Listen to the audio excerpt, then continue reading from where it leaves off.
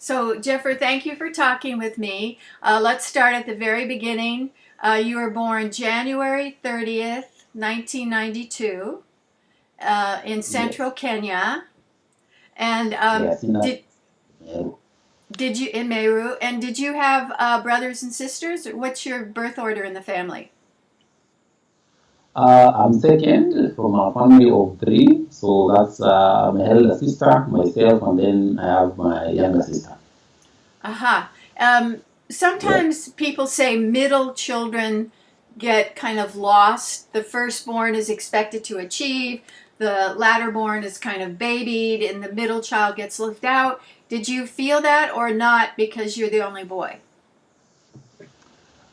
I would say maybe being the only boy, I think that was kind of maybe past because in our culture, men, boys are kind of cherished, I would say, than maybe you would say maybe the females or the ladies or the girls within a family are in a way cherished. So being the only son, and I think within the larger family, I was the eldest among the eldest sons.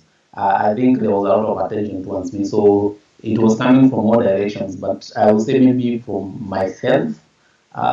Maybe there are instances where I felt, there is too much attention from either going to the firstborn or there's too much attention going to my younger sister or even the cousins who are either younger than myself. So that there are sometimes I would feel that. So Mm-hmm. yeah. Did your cousins live around you in kind of an extended family? Yes, that's the mode of how people live around in my area or how I grew up. So you find that for example, your grandparents they have children, and then maybe they have a big piece of land, and their sons they just subdivide it among themselves. Girls they will be married away, so there will be no point of them, for example, subdividing for them. So the children now have their families. So you're within the same area, your grandfather is like a stone throw away, or your grandmother is like a stone throw away. Your uncles are just across. That's how most of the families actually grow around. And then, from there, the land is subdivided to very small portions based on how, for example, how many the sons are there, or the grandsons that come up, because the father will now subdivide the land that he was divided for by the father. So if they have like 4, 5, and maybe it's an acre, you can see the equation of what, or the fraction or what maybe each and every son will be able to get. Yeah. When you were growing up, how many uncles lived around you? I earned three uncles, that is, who were brothers actually to my father. That's three. And then there was no brother to my grandfather, whom they migrated, because they migrated to the area maybe way before we were born. So since my grandfather was the most educated one, because he was a school principal, he bought land away from where he grew up because the land was very small. So he bought land and then he went away with two of his younger brothers. So they came, they settled, they had their families. At least the land was big enough so that they could subdivide among themselves, so that each among them could have their own families differently. And that's what happened. So they were, I would say, let's say in total four, but directly to my father, there were three. And did the families get together, like have Sunday dinner once a week, or what were the rituals in terms of all of the families getting together, or was it just informal? I need to borrow some flour from you or No, whatever. yes, yes, yes. The informal part of it, that's what mainly was around us. And we didn't know anything to do with family gatherings or, family get togethers, as people call them, until we were, let's say, close to going to high school, or maybe a few years after, maybe let's say 7 to 10 years after, that's the time I would say maybe we started knowing about get-togethers, and it's not to all families that there is conflict among the brothers. So some feel like if they don't want to associate with the other part of the family, and so such things could brought a lot of conflict, especially for some who felt, for example, if someone is well off or someone has their own reasons as to why they don't want to be part of it, or they feel inferior from the what you guys are bringing. It's a foreign maybe ideology. They don't feel they want to be part of it, so then their own reasons. But children will always be children. They always find my cousins, they will see you guys gathering. There's food smelling because they can, they are almost around, and they'll just, come around. So that, I think, over time has broken the cycle of those stereotypes that maybe our parents and our great parents had in terms of holding grudge for each other or among themselves, I'll say.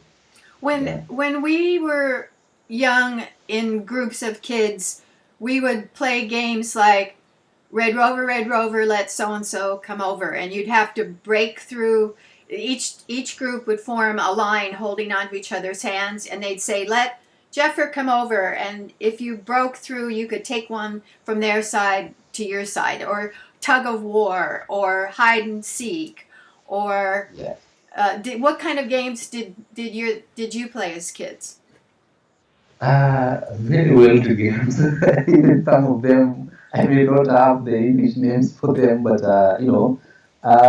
there was hide and seek is very famous even up to date.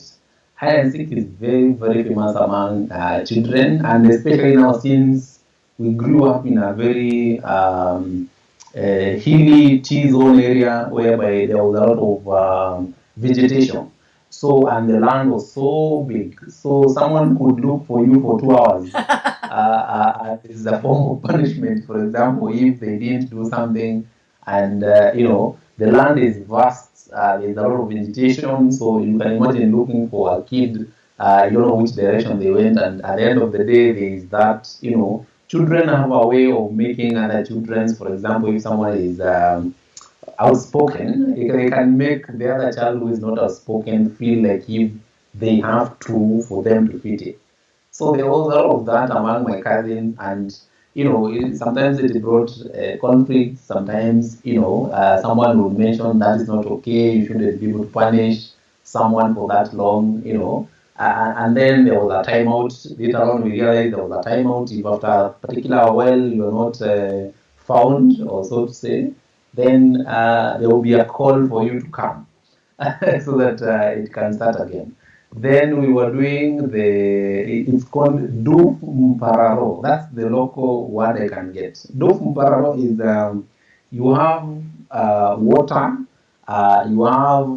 you make a slanted place very slippery. And then now, the young boys, you just come and, slide to the farthest you can get. That's what we used to call it, and it used to get us into trouble because every day you have torn clothes, every day you are as dirty as it gets, and the parents may or may not understand that you are within your age or zone to work out some of those games. There was a lot of we used to compete, especially as boys. We used to use, the car tires or the car wheels. There's a way it could be cut and just is very thin. And then now we can use that either to pedal around, the farm. You beat it like if you are holding a wheel. And it's something very common among boys, We call it especially a hoop. because A hoop. I believe that's how you can call it, because it's like a wheel. You can nowadays it's just a whole car tire, It's a and hoop. then you just beat it around. Yeah. Yes, You hit it with a yes, stick or something to make it move. yes, Yeah, a hoop. yes, yes, yes, yes. We used to do all that. Maybe other things I can think of is,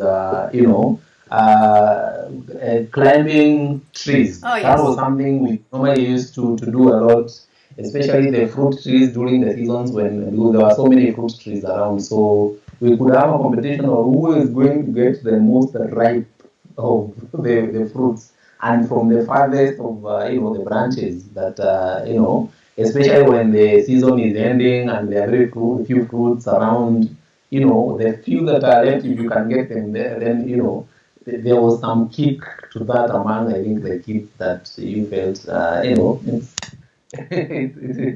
don't know what it was, but It was a looking back, I competition. understand it's within the you know, that time, it was within that time, I believe, and you laugh about it now, and it's okay. Did the girls do all of that, or did the girls have their separate games with dolls and stuff? There were girls who were so handy in terms of getting into our games. They could just join, and it wasn't considered. Although there were those things of girls are not supposed to do or play particular games, especially the hoop game. That was just purely for boys. Going up the trees, girls, it was uncalled to see a girl on top of a tree because it was considered taboo. The girls are not supposed to get up on top of trees.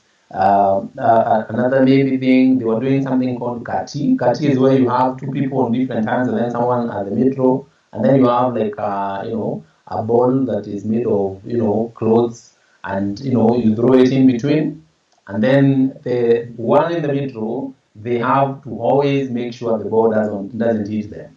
So and if it hits them once or twice or the amount of time that you guys have agreed, then they switch, the other person gets in. It's just like that.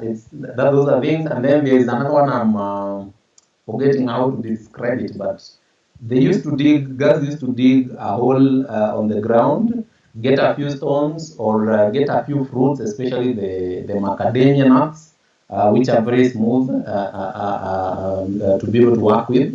And then they will just be doing, just draw one up, and then there's a way they were doing the either two per time or three per time, and it's something that it games that you look back at now and you see there was some teaching towards how they came around, and but you didn't understand. You just played the game because you found other people playing in school, or you found it interesting, or something like that. Yeah. Another girls' game that I hear about around the world is strings. Like two girls Oh put yeah. their hands and Oh you yeah. make designs with strings.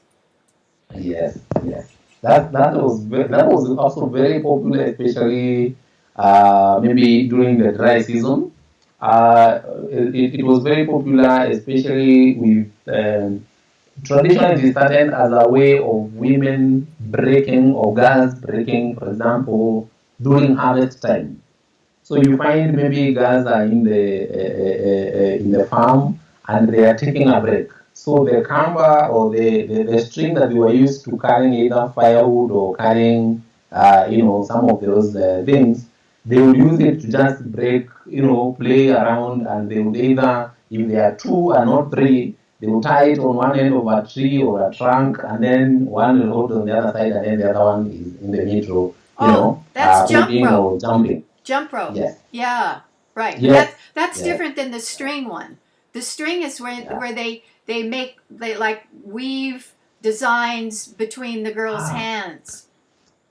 I don't know why I even forgot that one. We were making letters, especially it was very common with the letters, the alphabetical letters. Oh, It was the guys, especially ladies, a lot used to do that, yeah. where you weave a letter, either W, you weave a letter R, you weave a letter A letter B, and it was myself, I remember it very well because I remember someone used to torment me because I was not able to.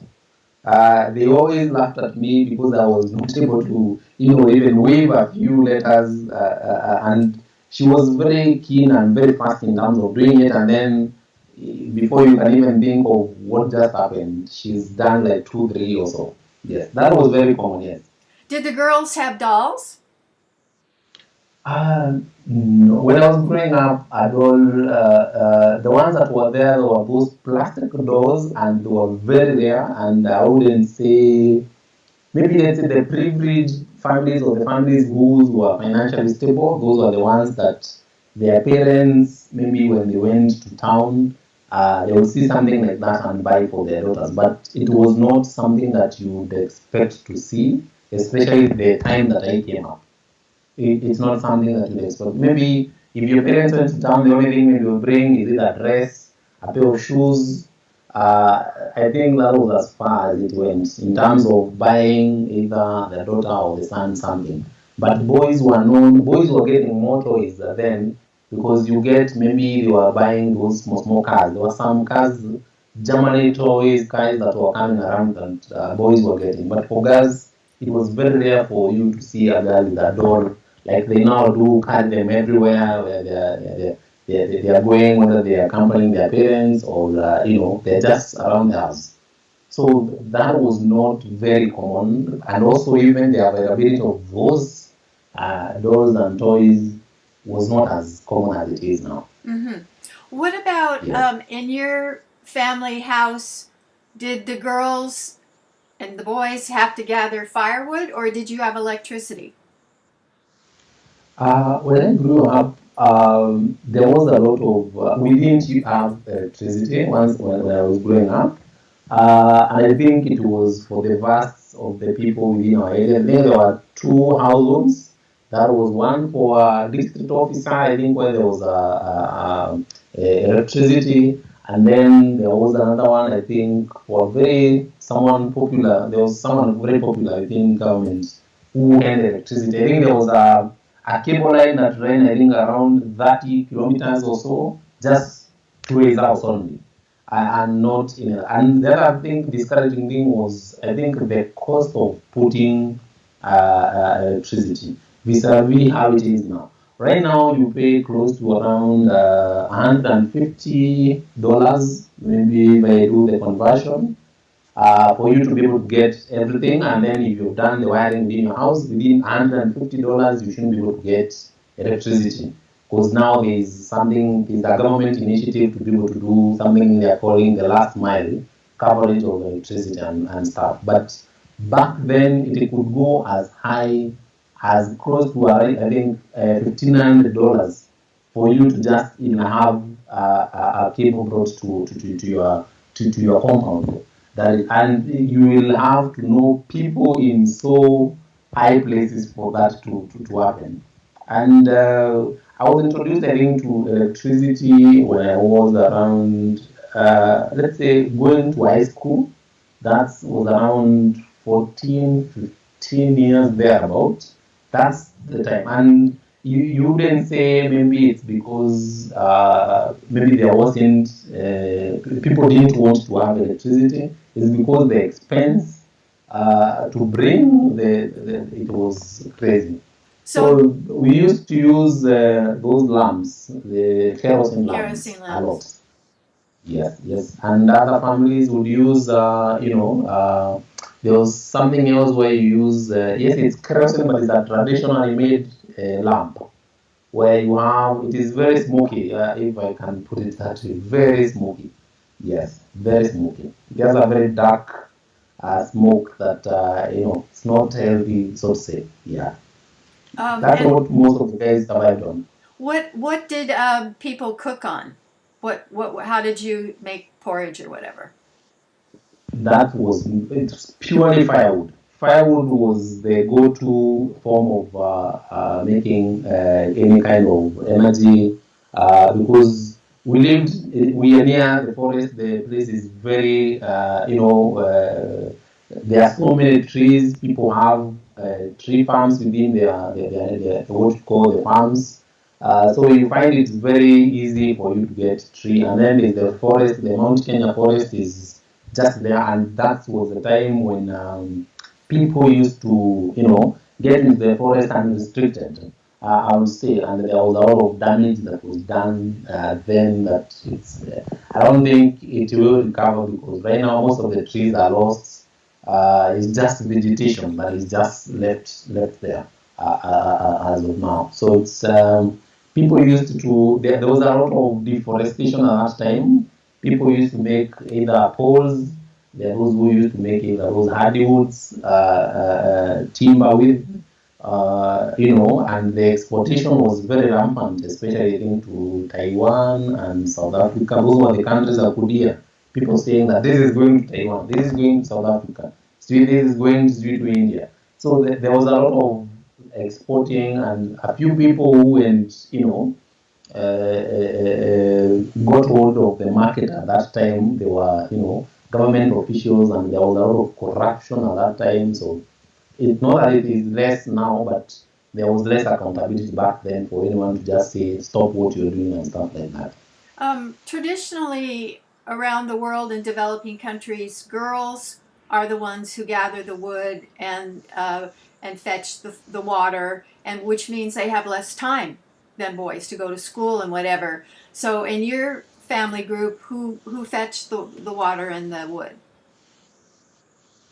Uh, Interesting. When within our family, especially our family, I would say maybe it went two ways.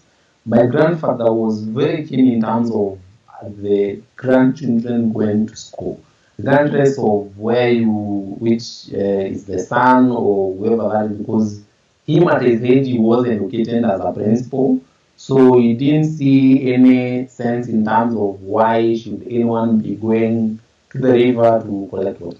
Now, the other advantage was we live in a place where there's a lot of rivers. There are so many rivers within the place where I grew up.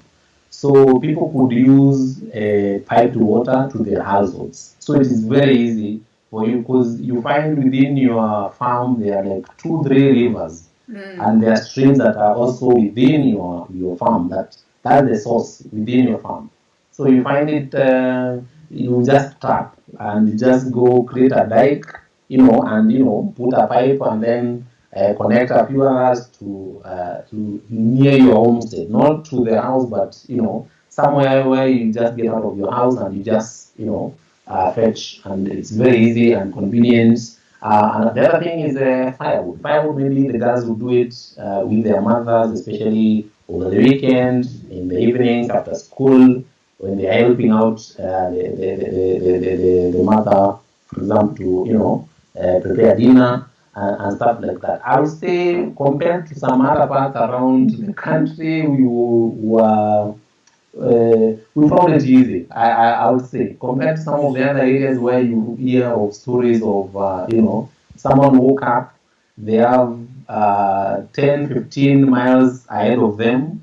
They have to first of all go fetch water, which is I think around 5, 10 kilometers. Come back, prepare breakfast for the family, feed the boys who are going to graze the cows, and she has now to, take the walk to school, and it's not within an area that is safe even for them.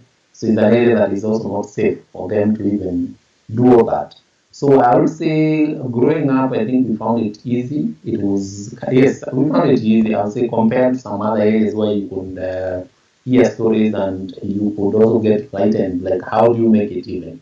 And it's myself, I'm finding it very hard from what I'm doing as a either as a son within the family, because for us we were tasked with making sure the cows are fed, the farm is weeded off, and any other handiwork that comes around, it is just channeled to the boys.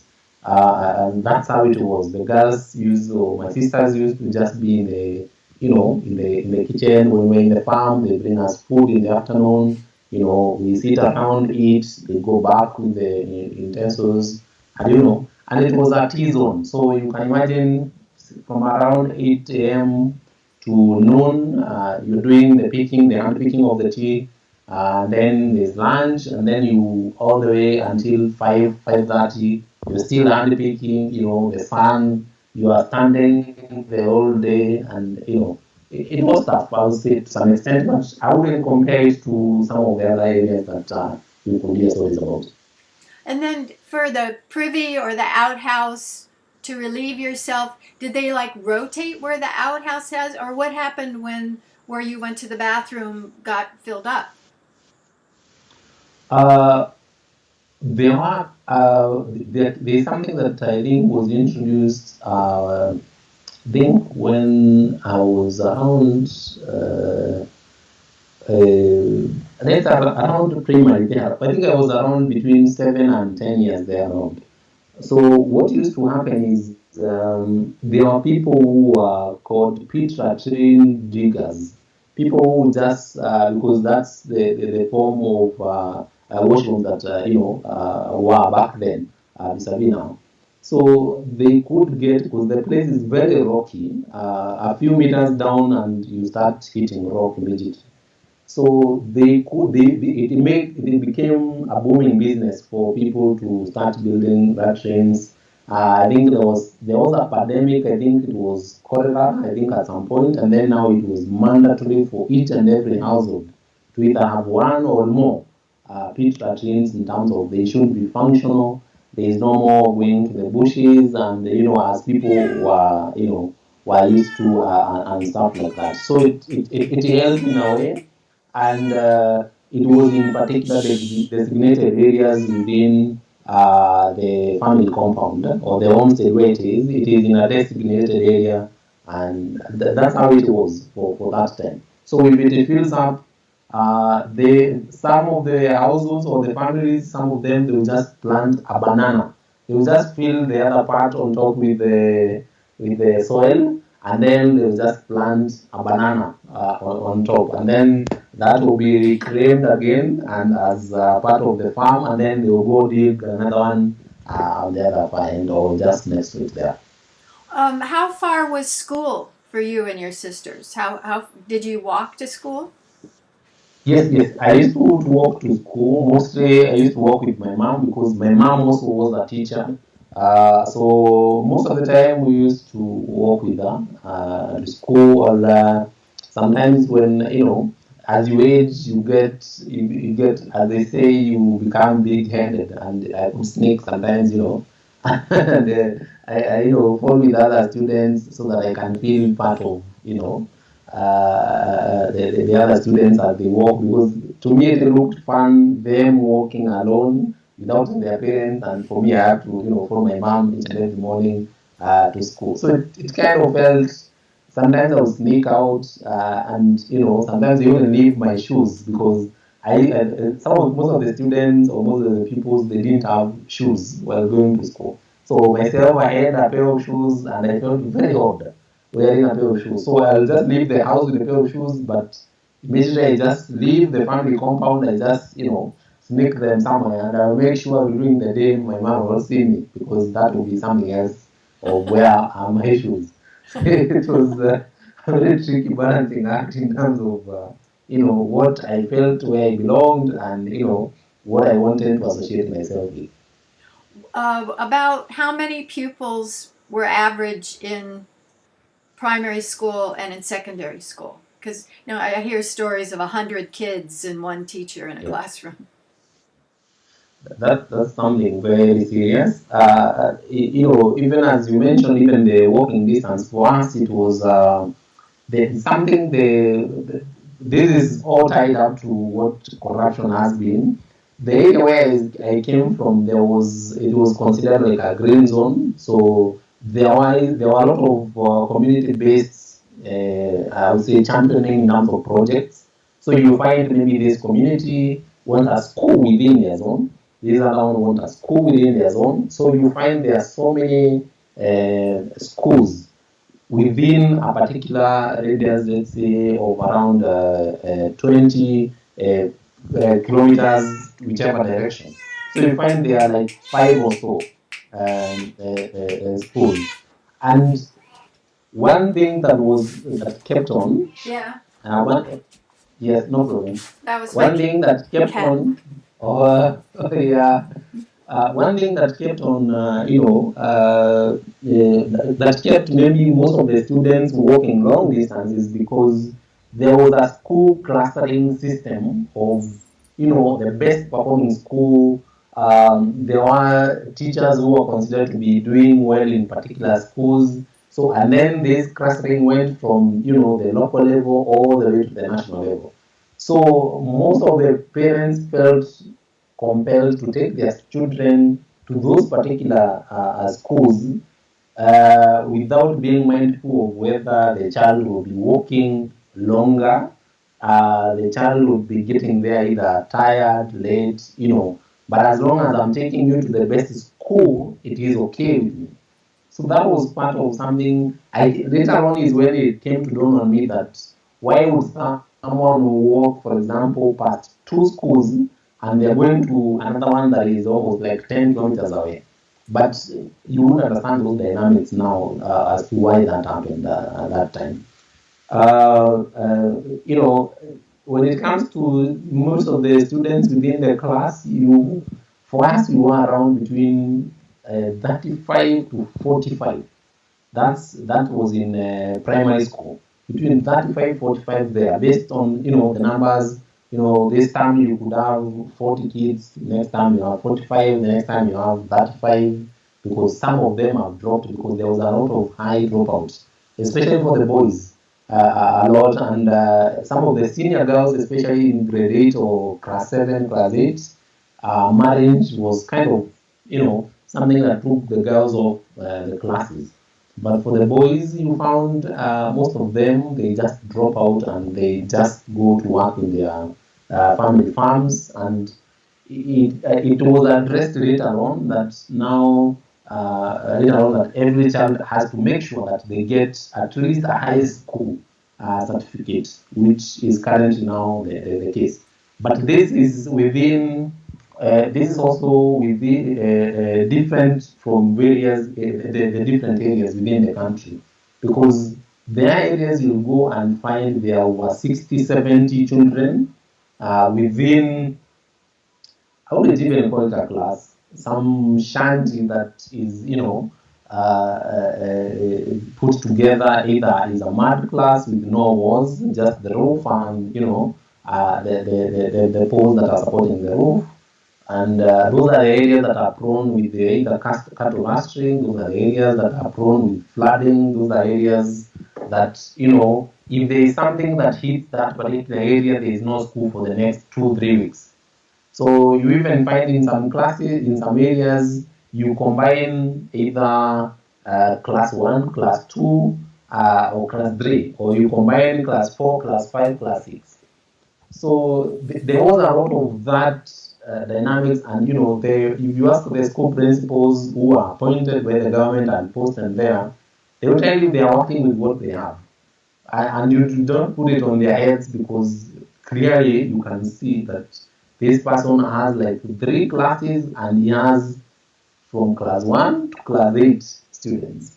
So how do you work the magic? Do you tell some students not to come to school today?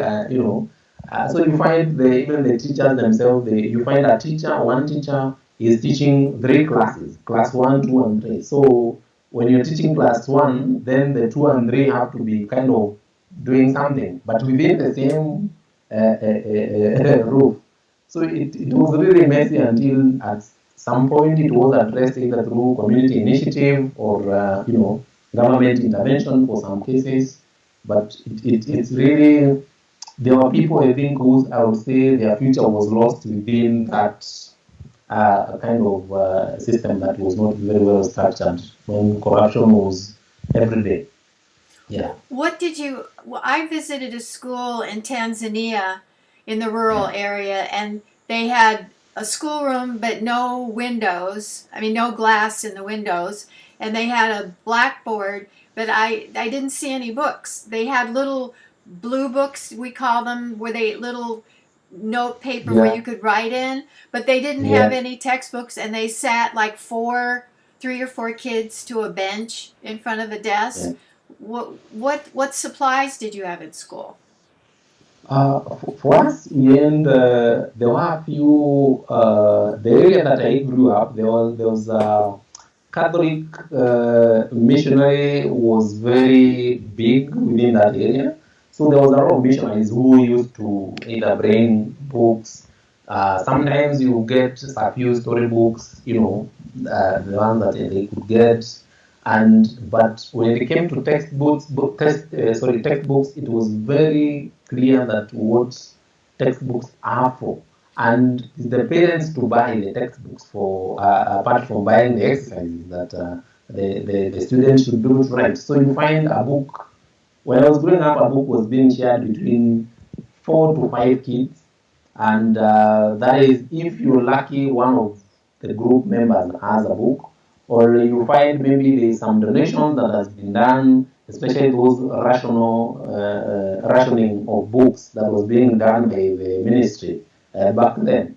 So you find they're giving each school, if it's class 5, 6, 7, for each subject you get 5 books for each class. So you find there are 2 or 3 streams of either class 5, class 6, class 7. So now it's upon the school principal and the teachers to make sure when a particular subject is being taught on this class that the other streams are not, are studying something. Maybe you're doing science on this class, the others are doing mathematics or maybe English and stuff like that.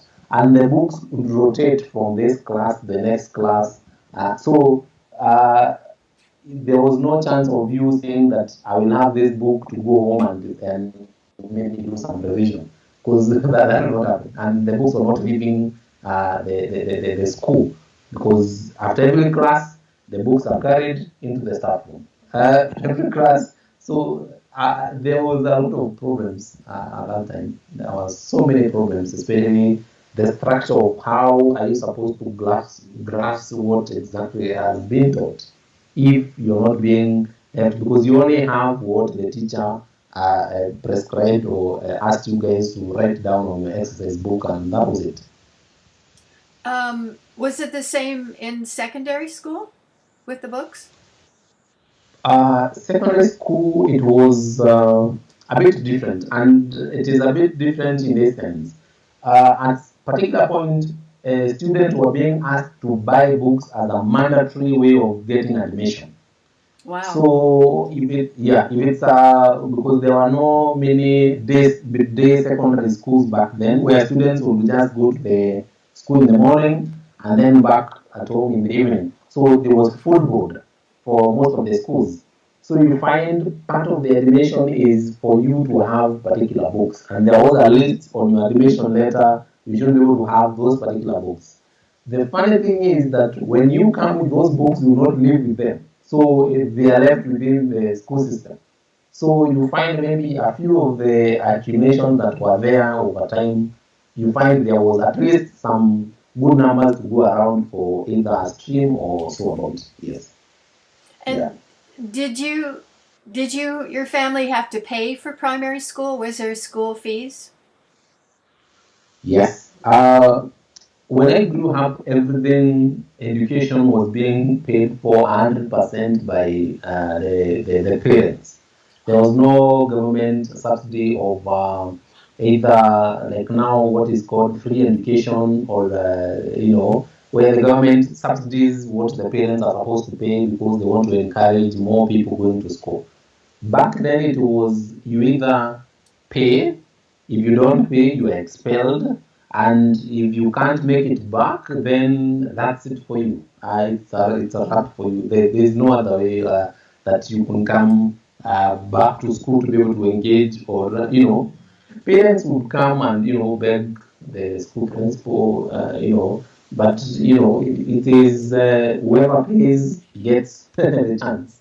Wow. So there was a lot of trauma, and I would say there were people again who their lives were, they went horribly wrong because of such a system, whereby you don't see the importance of someone who is very innocent getting the basic of what they need to even kickstart their life or put their life together, and you just say because their parents were unable to, then you also get punished because they are not economically empowered, I would say, and it was very bad to see students even asking you to share your lunch with them because their parents did not pack something, or and it was very crazy back then because lunchtime you'll be allowed to go home to eat.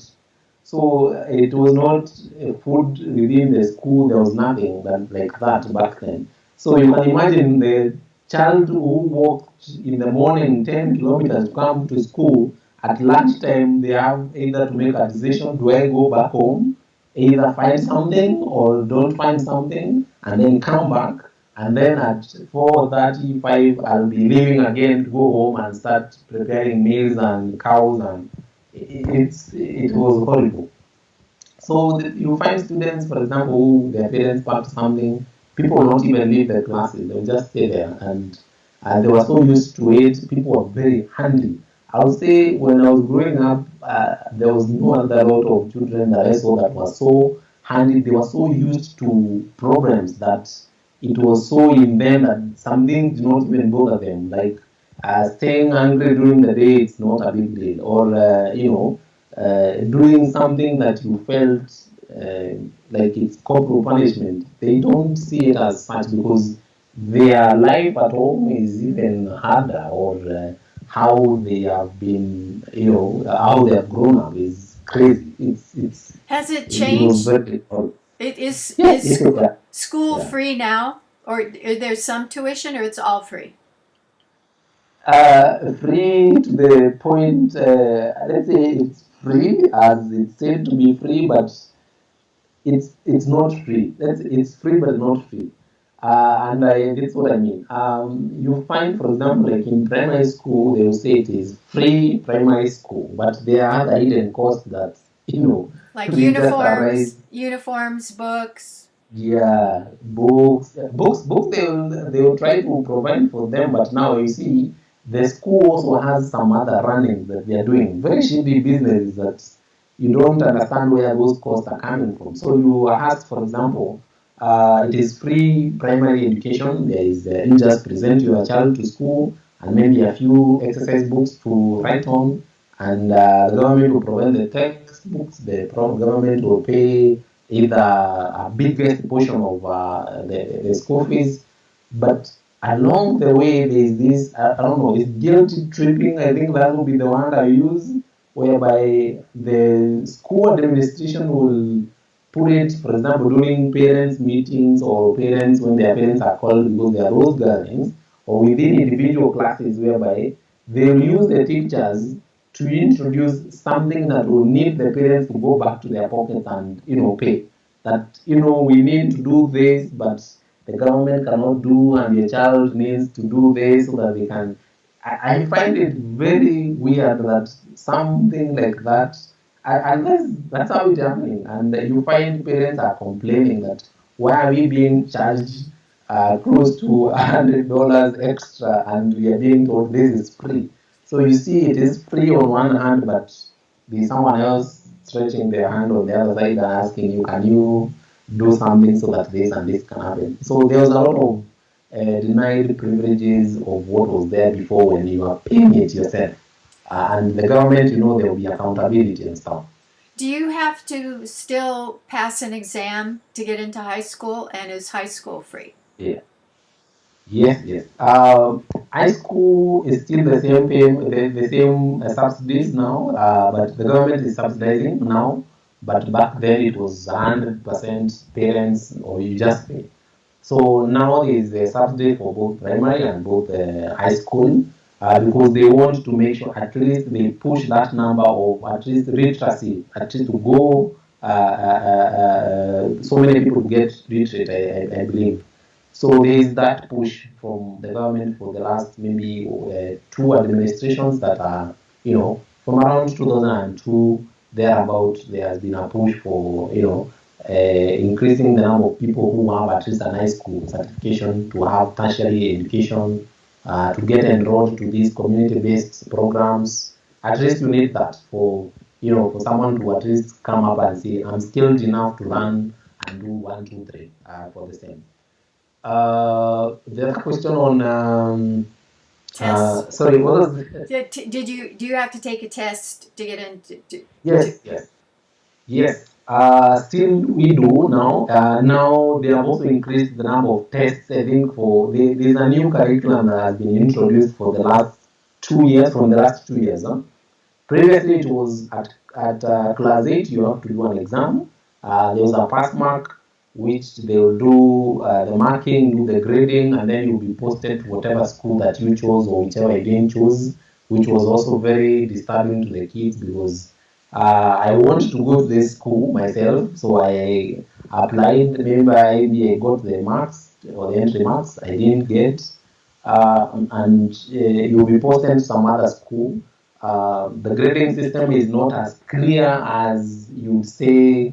This is how I got this particular mark.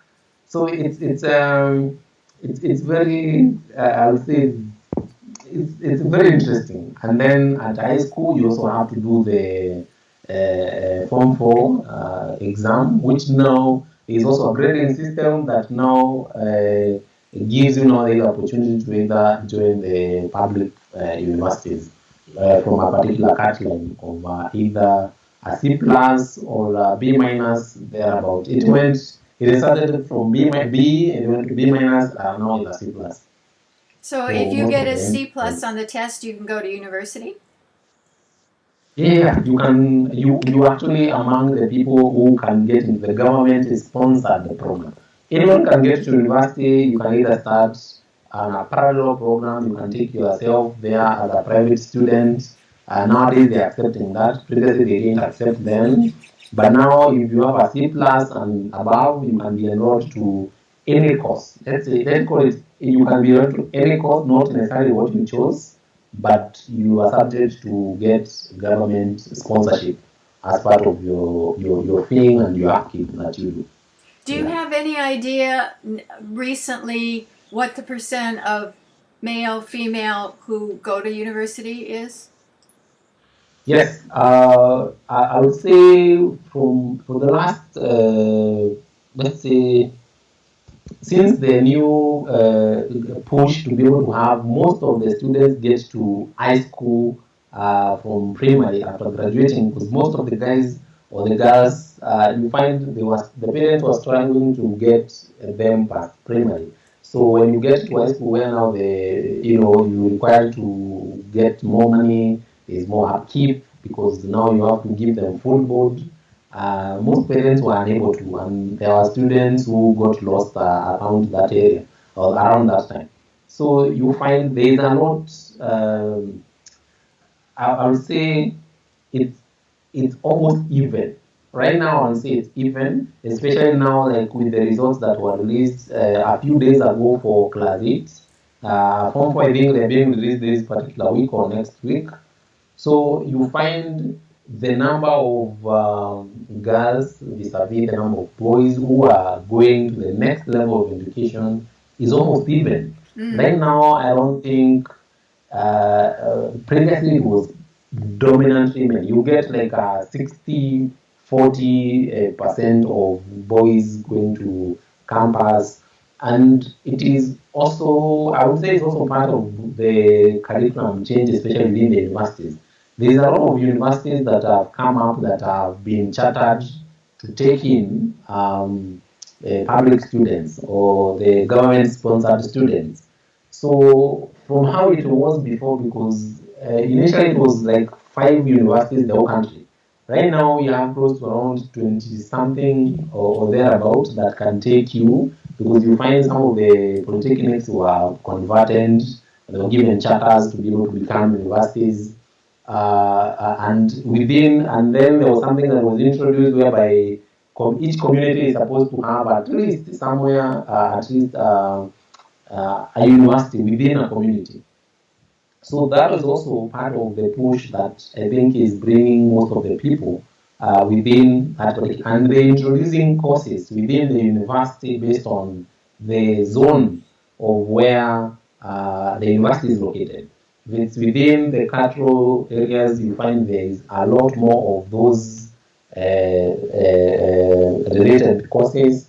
If it's in agriculture, T-zones, fishing areas. You find out this is being now absorbed as part of the curriculum being introduced within the school. So there's a big array of the courses that you may be assigned to, because you may choose that I want to do medicine, but the score that you have is maybe somewhere in agroforestry or something.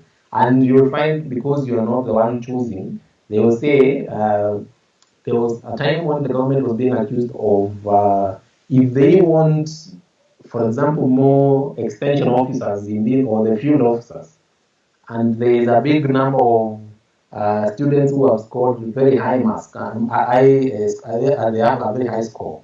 You find that they can manipulate that and put the score for a particular course very high, so that now you have a big chunk down here, whereby now you can trickle down to these courses that you want to put people into, because which was very, it's very wrong, because you can imagine if you have, for example, A minus, B plus, a B, you expect to get into a very good course, and that's most of what the students in their mindset think I'm going to get.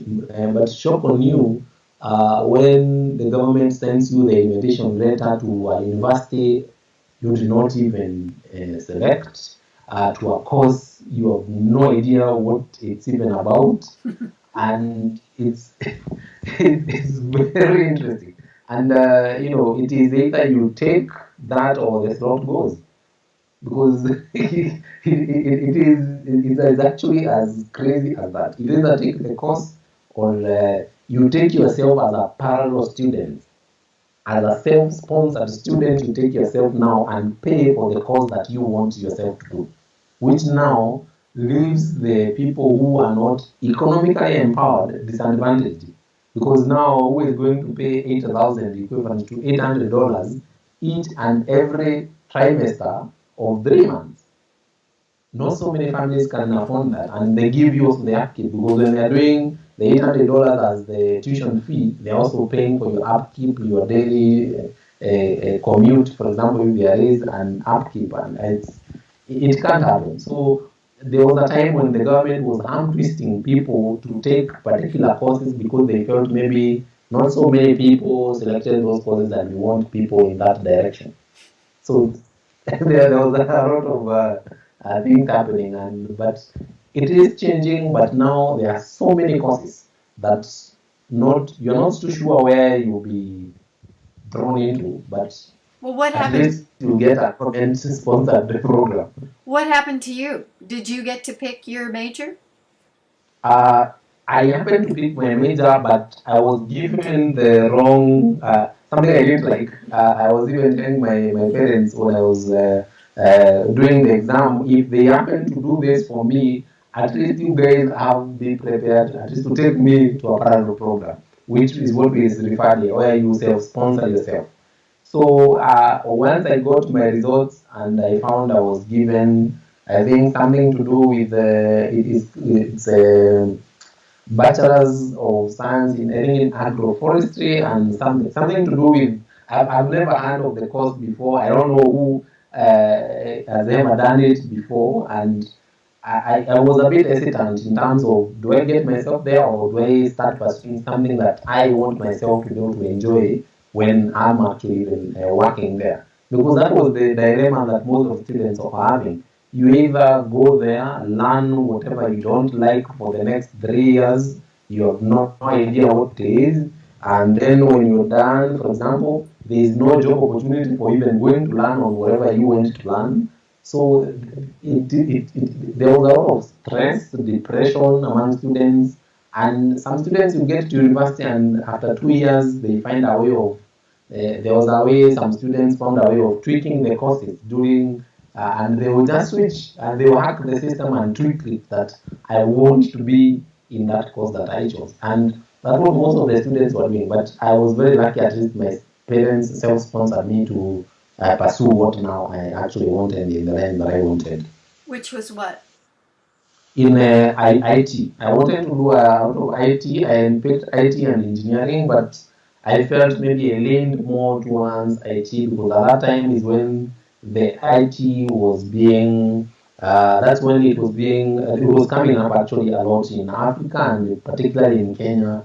There was a lot of push for people to start being now IT savvy at that particular time. So I felt maybe, and watching a few movies from our small television that we used to have, it's I felt partly drawn towards that direction of trying to understand what is this thing, and I got fascinated as time went by.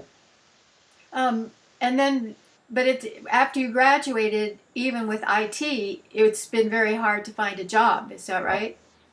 Yeah, it's very hard because uh, as much as it may that you want to get to that direction, is also there is also the question of are there opportunities out there once you graduate for you to at least get to work in those organizations, or are there structures within the in place either in campus or within the government institutions where you can go and, for example, either start up something that because IT is mainly inventions, solving issues, problems that are there. So you find it is very hard that after you graduate, there is either no organization, there are not so many organizations to be able to employ or take up all the students. So it was like you take what comes your way. If it's in IT, like good for you. If it's not in IT, you have to work with what brings food at the end of the day because you can't stick to saying I want IT but you're sleeping hungry. I want anything to do with IT but you can't even buy your basics and stuff like that. So there was a lot of push in terms of now the introduction of new companies were coming up, and they don't want someone they are taking up to train to do something. Most of the organizations just wanted someone. I have this idea. I need someone to execute it. You are just fresh from campus. You barely know how to put a few things together, and it was a challenge. I would say so. Most people you find they did something in this line, but they ended up their career is on a different trajectory in terms of what they are doing right now. And that's how it is in Kenya even right now because there is a lot of unemployment. It's very crazy, especially for the last 10 years. I think it's the highest it has been in terms of people educated but with no job. People who went to school, no jobs. Previously, you would say maybe there was a lot of illiteracy that was part of what people didn't get the jobs for. But now people have papers, walking the streets, no jobs. So it's now the flip of what it was, and now you wonder, should we not have gotten better as time got by and stuff like that. Um, did your sisters both go to university, and what Yeah. what did they study? My elder sister did accounts. She started in banking. She was very lucky to, at least because she was ahead of me, and banks were so much mushrooming at that particular time, and they needed clerks, they needed accountants, and stuff like that. So she was done with the university. She went into banking. Then after a while, there was I think some crisis. I think it was that time during of the crisis that she had finished, and then there was a bit of a financial hit. People getting retrenched. So she left the banking, and then now she joined. She did, I think, I can't remember. She went into tourism. After a while, she went into tourism, and that's where she has been since then. My younger sister did, I think, something to do with health. Something I can't remember the exact name of the course that she did. She did something to do with health, but now she's a businesswoman. So it's a it's Pikachu's maybe what works best for you, even though you wanted to do something that you loved, but you found yourself somewhere else where you've grown or something like that. Hmm. Um, Yeah, in terms to go back to your growing up days, yeah. tribes still have influence, probably less than before. But I wonder what I'm thinking about is in Jomo Kenyatta wrote in Facing Mount Kenya that age groups were guided by the adults and they were initiated into this is what it means to be a man, this is what it means to be a woman. And I wonder if there's any remnants of that, of the tribal bringing you into adulthood, or if it's all been dissipated. I would say I wouldn't say most of it has been dissipated. I would say that most of it has not been eroded. I wouldn't say, but for the time, for the time that it was there, which was the height of when I was growing up, I saw the best and the worst of both. But at that time, you could not tell the difference because you are told this is part of who you are supposed to be, and it is drilled to you either through what I would say fear is part of that because people who are older than you 10, 15, or even the immediate the 2 3 years people who are older than you, and they have also gone through this kind of doctrine that I find it crazy now and very backward in terms of some of the things. Uh, it's very hard for you as a 10, 12, 14-year-old kid to fight against it.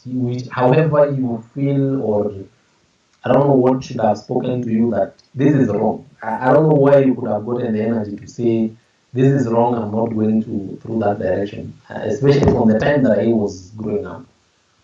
So it's something I feel it really part of me was taken away at that time. I always have that feeling that part of me was taken up away from me, and it's in this sense. You, especially during the time of initiation, there is a lot that goes on within that particular period because when you're growing up as a kid, for example, now I was very free with my parents. That kid who can just walk to their dad and say, "Dad," and you have that, father-son kind of conversation. And even my mom saw the case with my sisters. But you get through this stage of initiation, and now you meet a whole side of this universe that people out here don't subscribe to whatever you thought was said in your growing up. Now, part of the initiation from especially where I came from was so hardcore to an extent that people would die. Some of the children would die during the process. Some of them would get crippled during the process, and it's due to punishments. And if you didn't do X, Y, then it is this is the result. Do you So mean you that find it's that you got beaten up, or are you talking about circumcision, or what? no, this is not circumcision. This is beating up. Like literally, you get beaten up to an extent that you find there are kids who are dying during that. Because especially for my community, when you are being initiated, you are taken away from your family at that time. There is the circumcision ritual that goes on. After the circumcision ritual that goes on, for the next 3 to 4 weeks, you're being now indoctrinated in terms of being a man, pulling down all the walls that you've built in terms of what you thought, what you saw. Even though you could hear part of these are part of the stories around this particular ritual and all that, but now you like within the center of, within the heat or whatever is happening, and there are cases of death, there are cases of people getting disabled as a result of that. Maybe they didn't do A, B, C, D, and now the result is beating, and it was very sad. And now the saddest part is the doctrine of the continuous drilling or mention of some things that you felt were so valuable or valuable to you, and now you find that those things should not happen, like completely. Like Oh, that like is you part shouldn't of this talk with respect. women. What were the lessons? that you should do this and not do that? Part of them is now, especially the ladies, and the ladies include your mom. Actually, that's the worst part of it, because myself growing up, I knew my mom was like, this is my mom. I can just ask, although she beats me once in a while, but still I know this is still my mom, because she beats me because I made a mistake, and as a kid, that's part of it. But there was love that came from your mother that you forget all those things that happens. But now here you're being told that you're not to sit on the same seat with your mom, whether it's within your house. You're supposed to sit on different ends if that has to happen. You are told in terms of greeting your mom, like there's no going to your mom and either, for example, hugging them, sharing a light moment with your mom. You're told, for example, even if you're walking, let's say you're coming from this direction, I'm going the opposite direction, you are supposed to pass each other from the left side and then from the right side. So I put those things and you try to interpret those things, because you can't ask questions at that age. You can't ask questions. You're just being told this is what you're not supposed to do, this is what you're supposed to do, with virtually no explanation given in terms of why that is not supposed to happen. Some things you're told is disrespectful. For example, if you found, for example, your mom, for example, either washing or doing something like that, you shouldn't be able to talk to them at that time. You should wait until they are done, and then maybe, for example, if you want to talk to them, if they're bringing you food, for example, they should replace it. Part of what I didn't mention about the initiation is you are built a small house somewhere different from your parents' now house, because you're moving out of there. Something you're not used to, but the society has made you believe that that's your new life now. Uh, Part of it is you find that when they bring you food, let's say for some families there's only the mother and the son. Now imagine yourself, for example, as a son, because part of this, what is happening is you have to go and venture and meet other men, same your age mates, and you have to travel some distance to either see them. So let's say you come home at around 9, 10 p.m. At night, let's say a time like now, and because your mother cannot get into your house, she has to wait for you to get home at whatever time you get, so that now she can bring food for you, dinner, and give it to you. So you find these things like they are so, I don't know how to put it, because I think they were attached to a particular time frame when this could have happened, and when things were happening within that time frame, whereby those things were okay and there was a structure to follow. But now the life is so dynamic that you can't hold some things back to how they were back then, when people were just living in some small manyatas, and there were ways of doing that. Now people are in some very different setups whereby such a thing cannot happen. Well, wait, when you Yes, built that little hut for yourself, was that permanent or was that just part of the ritual time? Or would you never go back to your house, your family house? that's permanent. No going back. How old were No you? going. How old? 12 years, I believe. 12 years, yes. That's the age, yes. That's the actually, immediately you finish grade 8 or class 8, that's it. After the circumcision, that's it. You have your own house, and that's where you start your life. Henceforth, until you get married, until any interaction that you have with your family, it is you'll be ending up at the end of the day either to sleep in that house. That's how it is for the boys, which was very traumatizing, because you find boys now, some of them, for example, I'll say, you found that they grew up with a lot of freedom. Now they have the freedom to do whatever they wish to. So you find there are people being involved in various activities, criminal activities, things that even their parents have no control over, because that is a house they have no control. There is a man who is now in a particular house that they have no control over. So whether he goes out at night, whether he does whatever he does, that is his known life now, starting from that moment.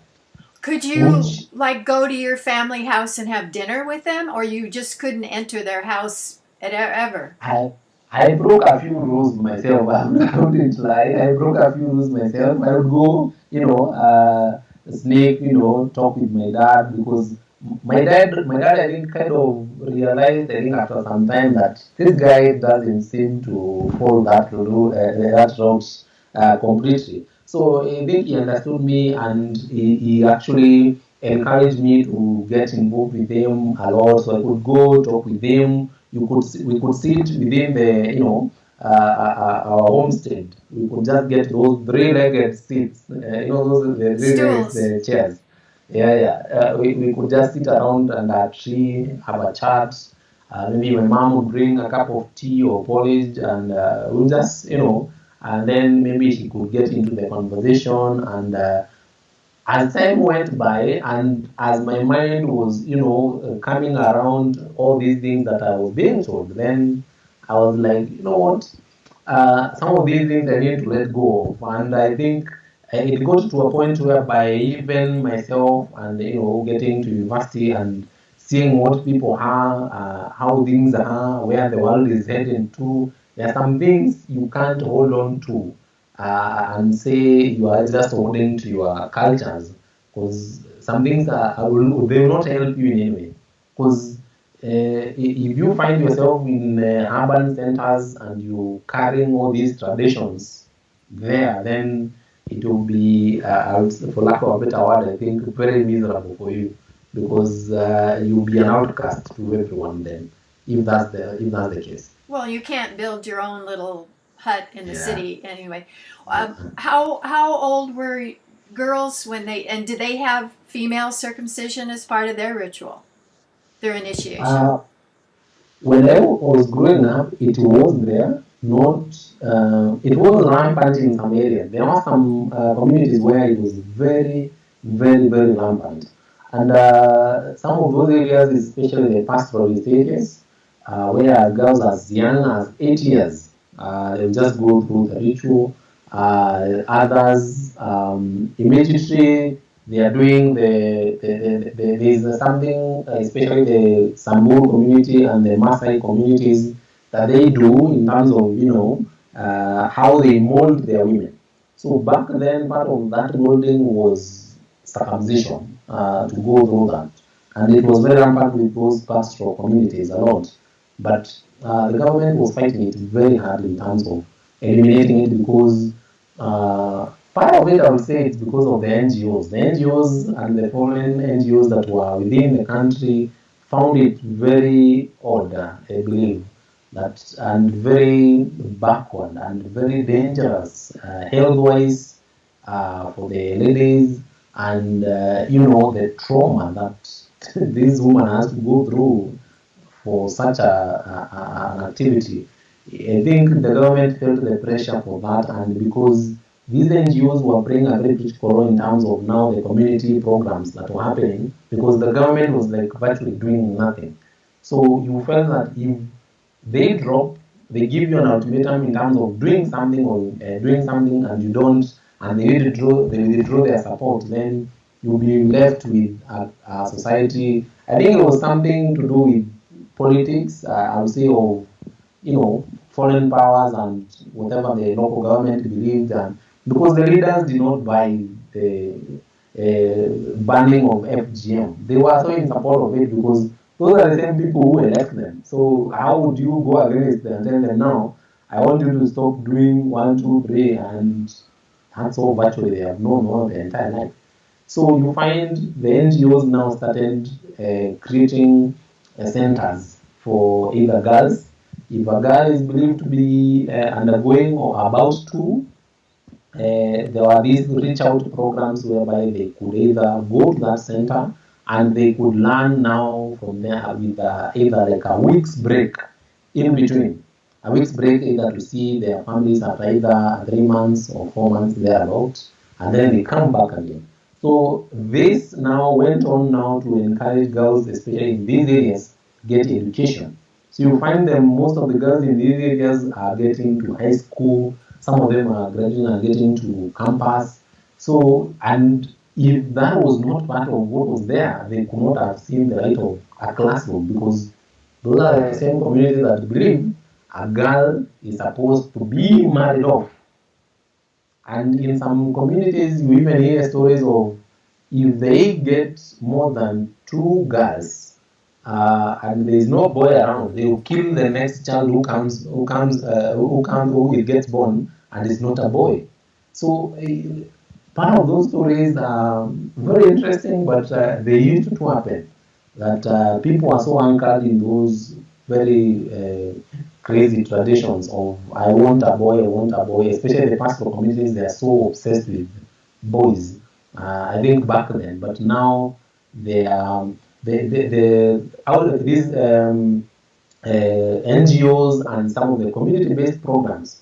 They have also seen that for us to be able to resolve the problem of FGM, we also have to involve the boys, which now change the dynamics of what things were. Because if you're told that you can still marry someone who is not someone who has not undergone circumcision, and still make a beautiful wife, if someone gives you that idea and they explain it to you, and you see the light of what exactly it is, and you understand the trauma of why an 80-year-old should not be married to a 50-year-old guy with other 3, 4, 5 wives, then you kind of now, the community now starting to change with the time, and there is a lot of big change. There's a big change within those areas that they are becoming now a mirror to what now the society is actually picking up and doing as part of their culture, but also changes within that culture. Yeah, that are positive. When you had the initiation ceremony when you were 12, so a strong message was, now you're independent, you're a man, you're on your own, you don't stay close to women. What else did you get about what it is to be a man? I mean, was there anything about doing service or being a protector, or don't be feminine, or what were other messages you got about what it is to be an adult male?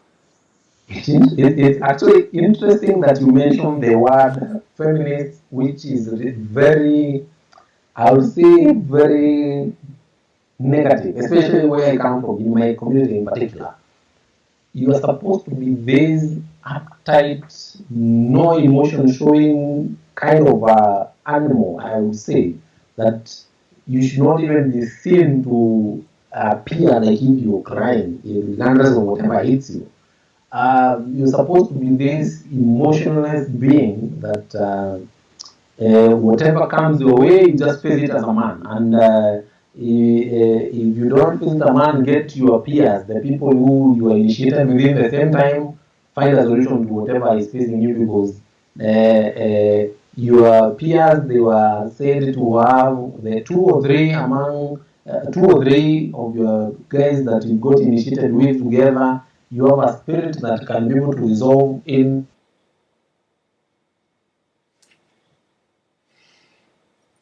Come back. Yes. Are you back? Yes, I can hear you. Okay, good. You said that among the young men that you're initiated with, there's a spirit, and then it cut off. Yeah.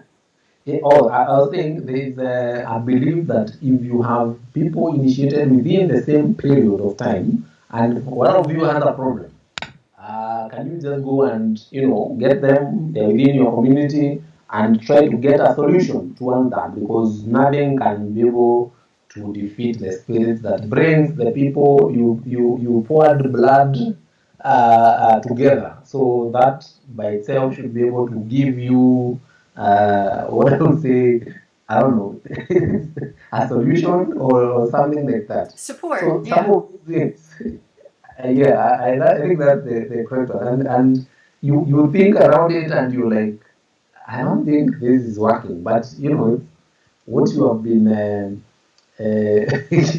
doctrine, or that was what actually has been really new, that it should be able to work. And if it doesn't work, time will carried away, and you find something else that will take away part of that pain and stuff that you have. And there was a lot of, especially during that period, there was a lot of, especially the interactions with the, after that, how you are told to interact, especially with women. Either you, that's when puberty is kicking in, and you, like this guy who is high school, you're meeting with these girls who are within your age, and part of the interaction is you are supposed to interact with people within your family, like the family, not people who are not known to relate with you. And it's very, I don't know how to say it, but it was very weird, because if you are found interacting with someone who is not either related to you or known to relate with you, then there was, now that's when the beatings will come in, which your peers will say you are embarrassing them to the next generation, which was next. That why are you taking people who are not, or you haven't gotten to an age, because they thought, or the perceived age of when you are supposed to get to that point where now you could start courting was between the ages of 16, 17 and above. So even the people who were initiated just 1 year ahead of you, they found it so disrespectful, because they thought these are the women that they are supposed to be conquering, and not someone who was just coming the other day. So I felt it's very odd, even if you just want to relate with someone from the basis of just learning. That's why when I got to high school, we could have people or students who had performed well, for example, in KCSE, now come and start teaching us during the holidays, either in school centers and stuff like that. So now you meet other students from other schools, and you can just go there over the holidays, and instead of staying home or doing your chores, you say, "Mom, let me go just go there and interact with my peers from other different schools and learn one or two things." So we could pay a small fee for the students, to come and do that, whether they're in campus, they were good in mathematics, because excellence was spread like wildfire. Like if you performed well and went to campus, your name will be sticked on every door or every class, or so everyone will know about it. So when they hear that you coming to or coach a few students, everyone will want to be part of for that, because they want to emulate where how you go there, follow the same line and stuff like that. So there was a lot of that. So when you get there and now you get to see these other students from these other schools, and it's a class, you interact, you talk, and this may spill over to streets. And now that's where things get crazy, because now these guys will be like waiting to pound on you and be like, why? Why is this happening? You are not so there was a lot of conflict, and people now started rebelling against the same culture they're supposed to be uploaded, because you'll find part of this today, maybe let's give it a period of, let's say, 5, 10 years. Today, you're telling me, for example, I'm not supposed to be seen or date or engage with girls or above this age. Uh, then tomorrow there will be a generation before me, and I will be coming. When after 1 year, there will be people being initiated again. So if I was rebellious to these people and I didn't see sense in what they were telling me, and the guys who are just behind me, I'll just be like, you know what? My conscience kicks in that I should not let these guys go through the same way I let that generation put me. So you find the diluting of that stiff and archaic kind of rights, or whatever they call them. And you find as it went by, most of the guys who were coming up, they were rebelling slowly by slowly. Some of these rituals that they found to be either not working to their best interest, or they found them these are pastime, or they are not supposed to be working within the kind of environments that we are working in. And then there was modernization, and you find some of this culture is already now out the door. would say, as of now. You Yeah. know what this makes me think of is in the U.S. university have sororities and fraternities, and you've probably heard in the fraternities they have hazing. So the pledges, the new members of the fraternity go through Yeah. Hell Week. And I know in my father's day, they do things Yeah. like make someone get in a bathtub full of ice cubes, and Yeah. people died from this. Yeah.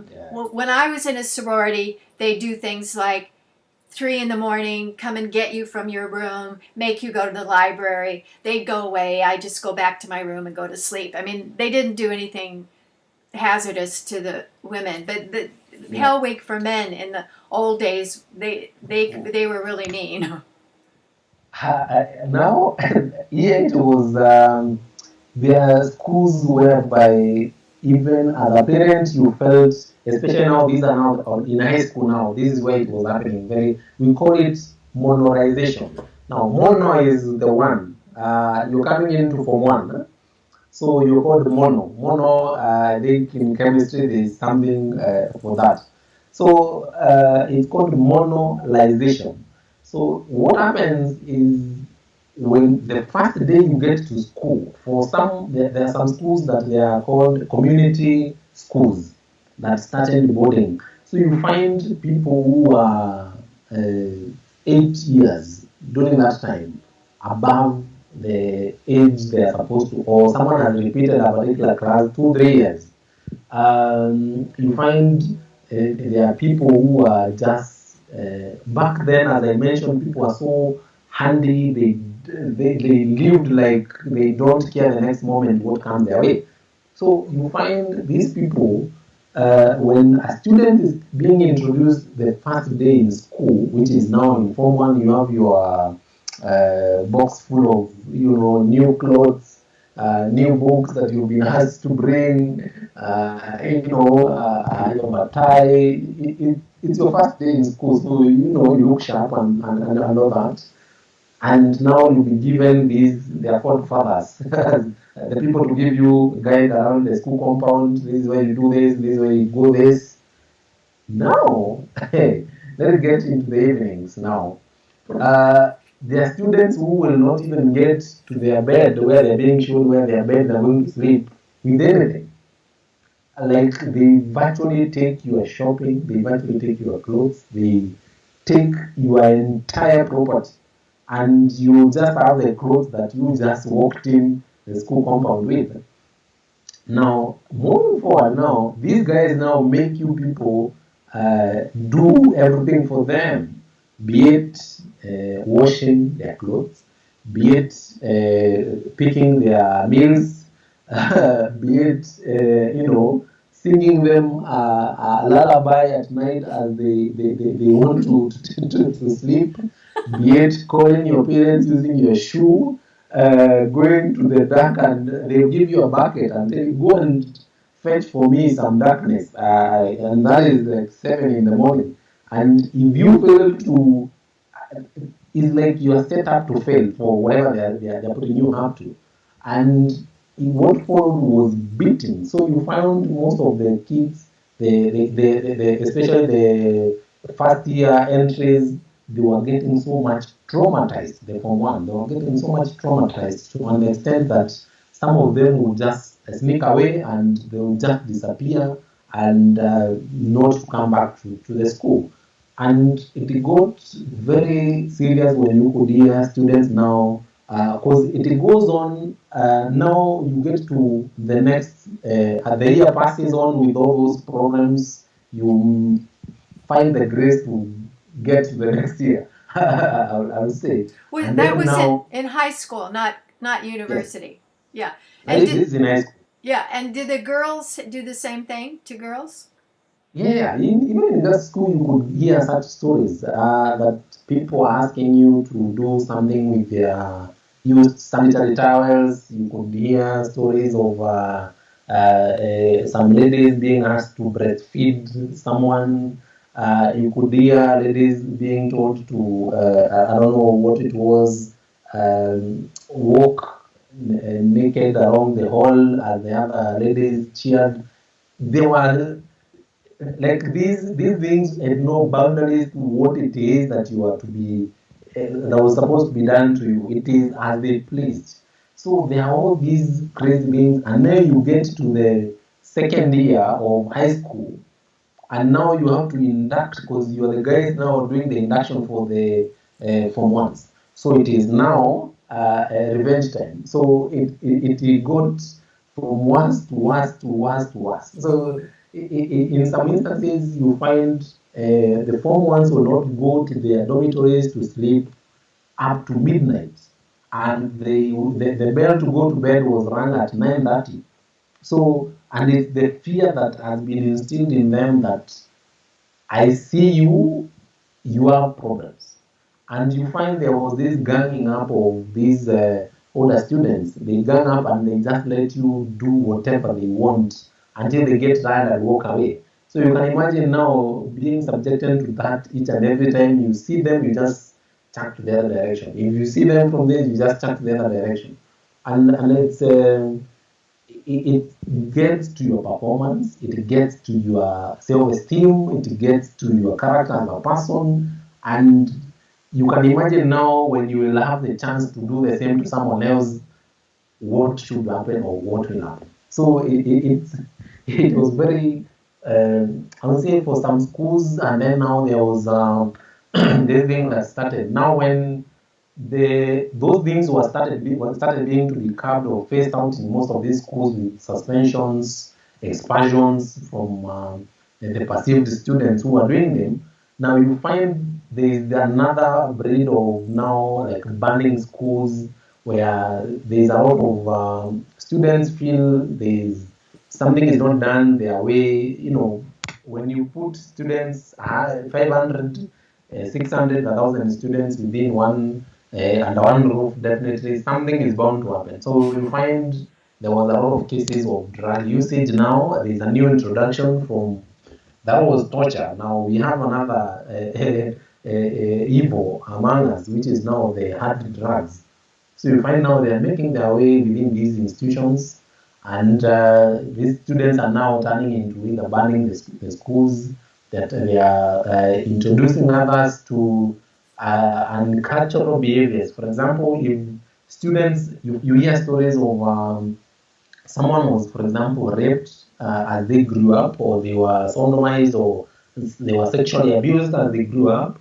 So there is a chance that this person might do this to someone else, or they may feel that they want to avenge or do something, or it has become part of who they are. I think there is something like that in medicine, that if something like that is done to you at a very high age, then there are chances that you might, if it's not correct, and then you might end up doing it to someone else, or your self-esteem is destroyed completely, your character changes, and so there is a lot of that now. That is the new problem that these schools are facing nowadays. Apart from now, whatever was happening there, there's a new breed now still destroying the children that is happening.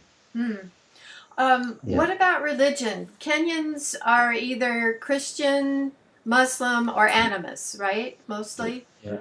Or the Hindus also is a very big religious group within the country. It's a big number. The religion for us was, as I would say, there was no space for you to think on your own in terms of which direction I should follow, in terms of my religious beliefs, in terms of what I believe in. It was from there are those areas where you could be cast out very easily. Very easily, the community can cast out, or your family in particular can cast you out, because you find that as you grow up, you are either Catholic, or let's say you are Christian, or you grew up in a Muslim family, or maybe you are the Hindus, and along whichever religious line you are falling into, if you don't, for example, align yourself to that, especially for the first 18 years of your life before you either go to campus and either have a job outside your home area, you have two. And I also see it, I also even now see the fear in even my friends who we come from the same age, that when they are out of their home area, they never even see the door of the church. But when they go back home, every Sunday in the morning they have to be they have to walk to go to the family to the church. So you see there is also that fear of expressing yourself and the area that you're expressing yourself to, in whatever way you wish to express yourself, which it's a bit hypocritical, but I would understand where they're coming from, because these are fears that you are told if you, from a very young age, if you ask even a 3, 4, 5 year old that you don't go to the church, you go to the devil. That is, if you are Christian. If you are Muslim, they have their way of, saying about people who don't go to church and to go to the mosque. And the Hindus, they also have their way of how they raise their young. So it is very hard for you to see the Hindu saying, I'm going now to the church. It's very hard to see for you a Muslim converting to this other side.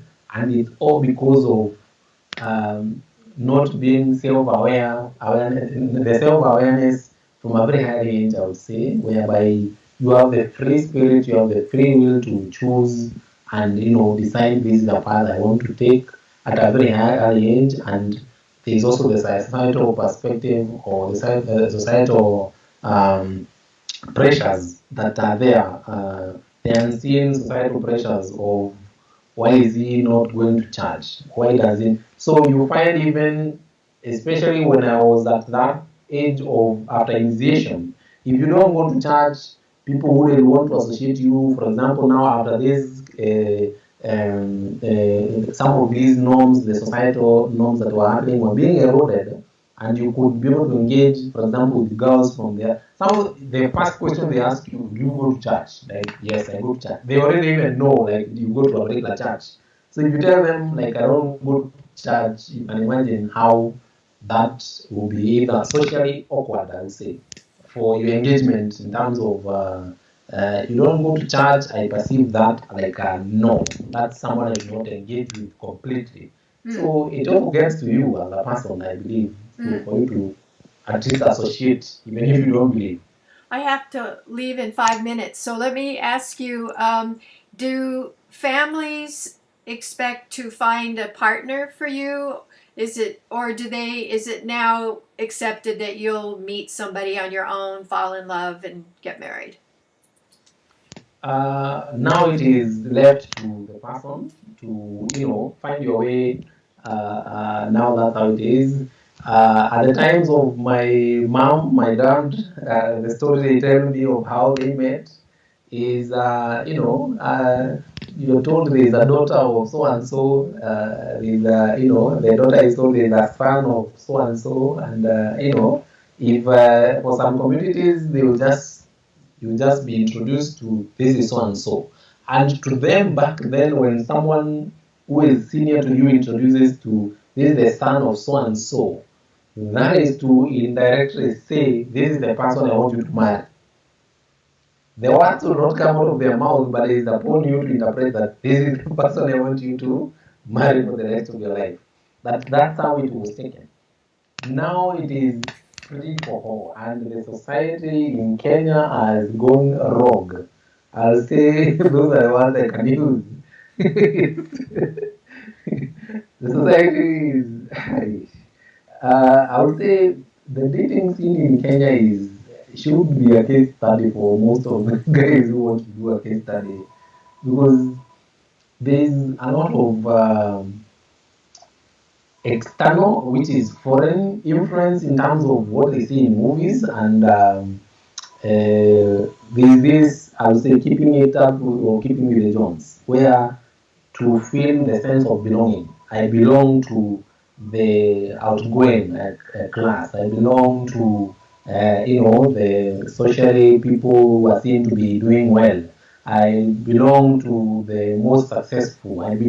There is lack or disregard of either morals, beliefs, and the right channel to do things. For example, if you want to do them, that it has diluted even how, for example, a normal person who is not into any of this would like to just have that smooth path with no problems, no nothing. They just want to have a partner, date normally, settle down, and for example, happily ever after. But I can tell you for free right now how it is. It is. I want this. This is what I'm going to get. I want that. I'm going to buy that. Like, and there's a lot of what do I use? Especially let's say the ladies, you find they have been told that, for example, when I was growing up, a lady is being told you can do what a man can do. That statement, in one way, is very, very strong and should be encouraged to each and every girl because of what they have gone through for some of those years. But now they were never told, for example, if you get to a particular age, for example, and there are things you should be able to hold value to you as a person, not just let it be that if you see me, for example, I will give an example of it's like a competition. If you find a guy, you're dating someone, and maybe something happens to you, to your relationship, you go rogue towards the other direction. So it's like a revenge kind of a thing, whereby if you do this to me, I'll do this to you. If you do that to me, I'll do this to you. So, and now there is now our parents' generation. Now, there is a lot of influence on what they have on the younger generation in terms of, in terms of dating. And it's not dating, it is because there are minimal resources around, we understand that. There are no jobs around, we understand that. But the people who hold those few cliques of positions, they are using them to, I don't know, they are demoralizing the whole society. Because now, on one hand, you find a man who is well up, a man who went through that system of corruption during that time, they are amassed so much of the wealth, and now they have everything they need at their disposal. Now you find now a man who wants now this lady who is has been told that you can be anything you want in life and you can achieve everything you want in life, and she's looking at this guy who was just in campus with you have nothing, you just staying in a cubicle somewhere and with nothing, and you don't have a good job, you don't have this, you don't have that, of what myself I see myself as. So that's now, you find the guys now, I think this lady is going to these guys who have all these amassed wealth and all that, and it's creating like a social conflict of what exactly should be the campus of what should be guiding people to do one or two things in terms of dating.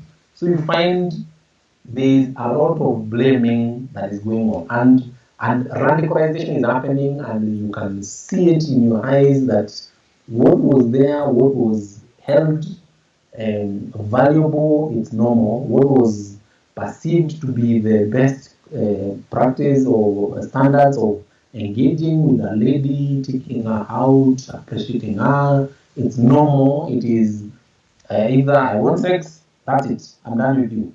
I want money, give me money, I give you this, we are done with you. So it's very bad. I would say it's very bad, and I don't know what will happen for this to change, but especially the urban areas, and it's now cropped into the rural areas.